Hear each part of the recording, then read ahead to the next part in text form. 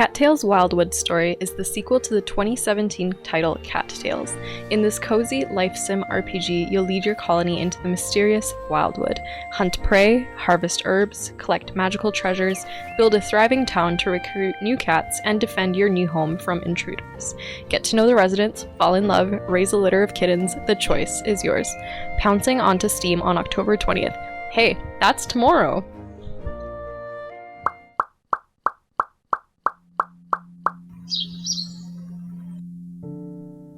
Hey everyone, Sparrow here, and today we're taking a first look at this adorable RPG where you get to play a cat, as my cat is currently clawing at my leg. I did play the original when it first came out, and the reason for that is I was a massive fan of the Warrior Cats series by Aaron Hunter growing up, and Cattails basically sounded like that in video game form. Now, there are no fancy clan naming mechanics, but the rest of the game is pretty similar. I'm excited to see how this sequel improves upon the first game. So right off the bat, we have a much more in-depth character creator with many different coat colors and the ability to completely customize your eye color with hue sliders.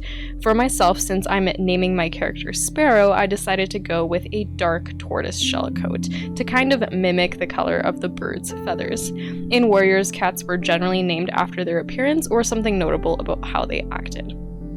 Eye color, I think we'll go with a classic tortoiseshell amber, just going to slide the values around until the eyes are just bright enough so they're not disappearing into the fur. And since you probably know I love educational facts, here's one for you. Cats are born with blue eyes that often darken to other colors over time. It's actually quite rare to find a cat with blue eyes, that's not purebred at least, and even more rare to find a cat with blue eyes that doesn't have at least some white fur.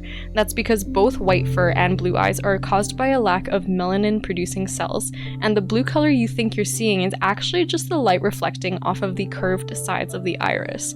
So while my cat could have blue eyes, because obviously this is a game, we're going to go for some genetic correctness.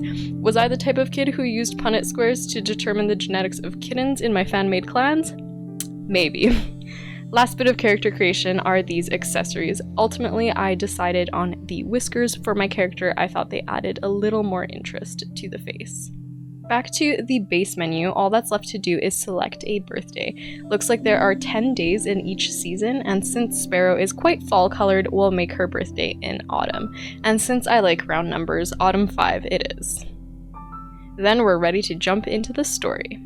Once upon a time, 3 great cat colonies lived in a plentiful land.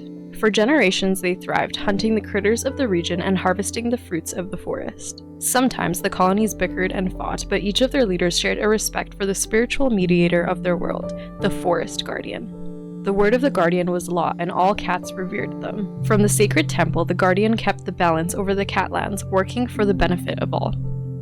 The cats of the forest thrived. They played in the meadows and ruled over the hills. They built strong walls and gathered prey for winter. But one fateful day, calamity struck. In an instant, the temple was shattered. A terrible earthquake tore the stones from their ancient resting places. A horrible rift was ripped open in the ground. Every cat shuddered with fear. Worse than the destruction of the land was the fating of its guardian. With a weak voice, the forest guardian announced that the land was no longer safe for any cat. A new home must be found, and a new temple must be built, or else the guardian's spirit would not survive. Then the spirit of the guardian flickered and vanished. The frightened cats mourned and did not know what to do. A great meeting was called, and all of the cats of the forest attended. Together, they deliberated long over what must be done. The decision was reached that each cat should choose for themselves a leader to follow and set out to find new lands to settle. You, Sparrow, a cat of great renown, offered to lead a group into the unknown and build both a new home and a new temple. Soon, cats from every colony took up your call. Once enemies, now united by a common cause, you all set out to find a patch of earth to call your own. But the wilderness is fraught with danger, and there are threats on all sides. What will become of your colony? Will you lead them into a prosperous new era? Will you find the perfect place to build a home? Only time will tell. Oh yes, it will. So I guess we are the leader, and we'll need to make some decisions about where our clan is settling.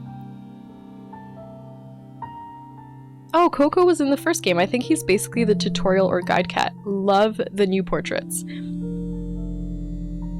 Oh, and they changed too. That's even cooler. Good way to show off more personality, I think.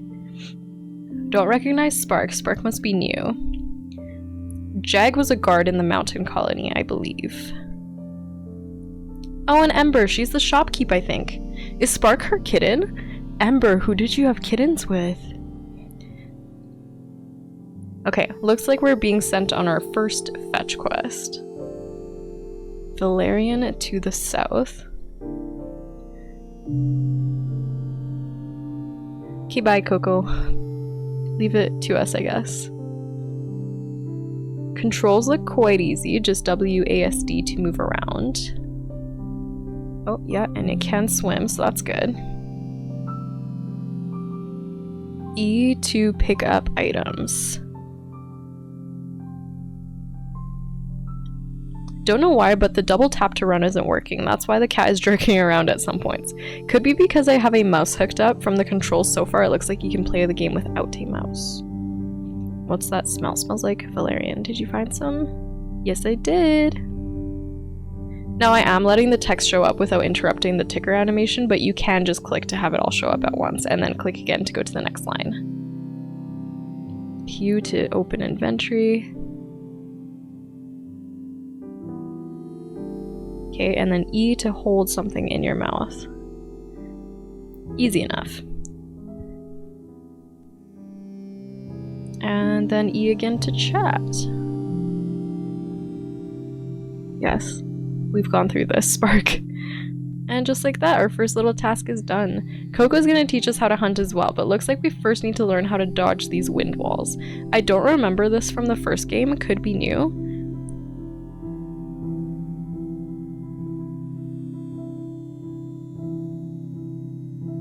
Control is our key here.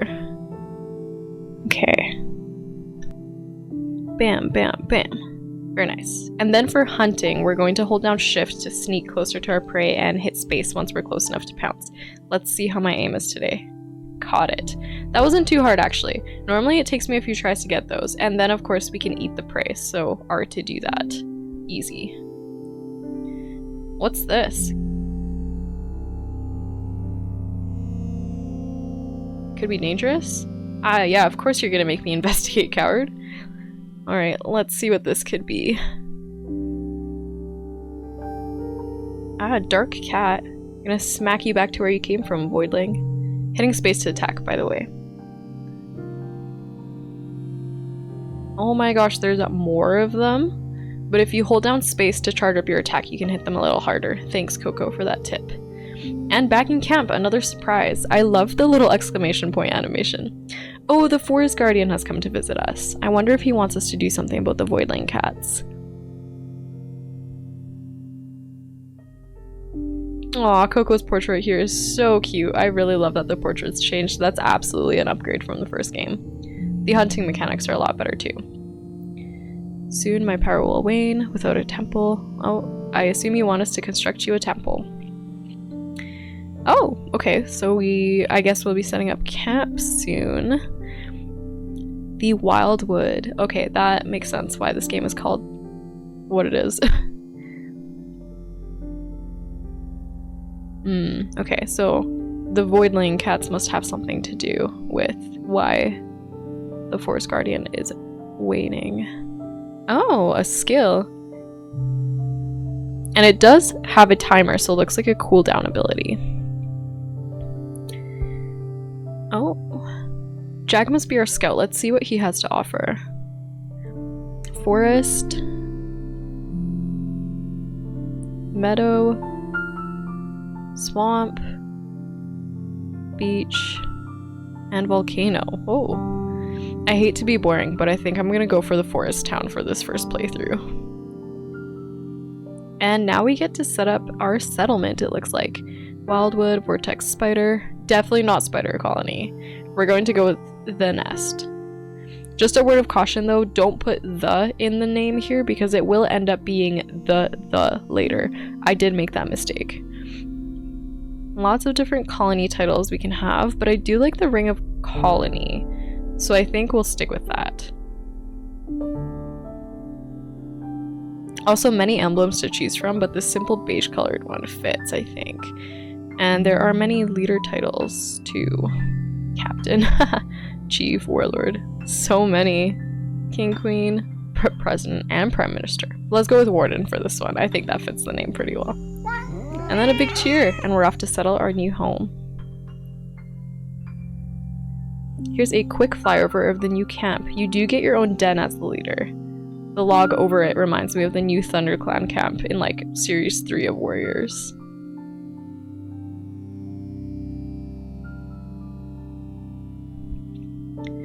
So a quick tour, we have this skill scratching post, it looks like. A pool that can show you the weather and some gameplay tips. An inventory box.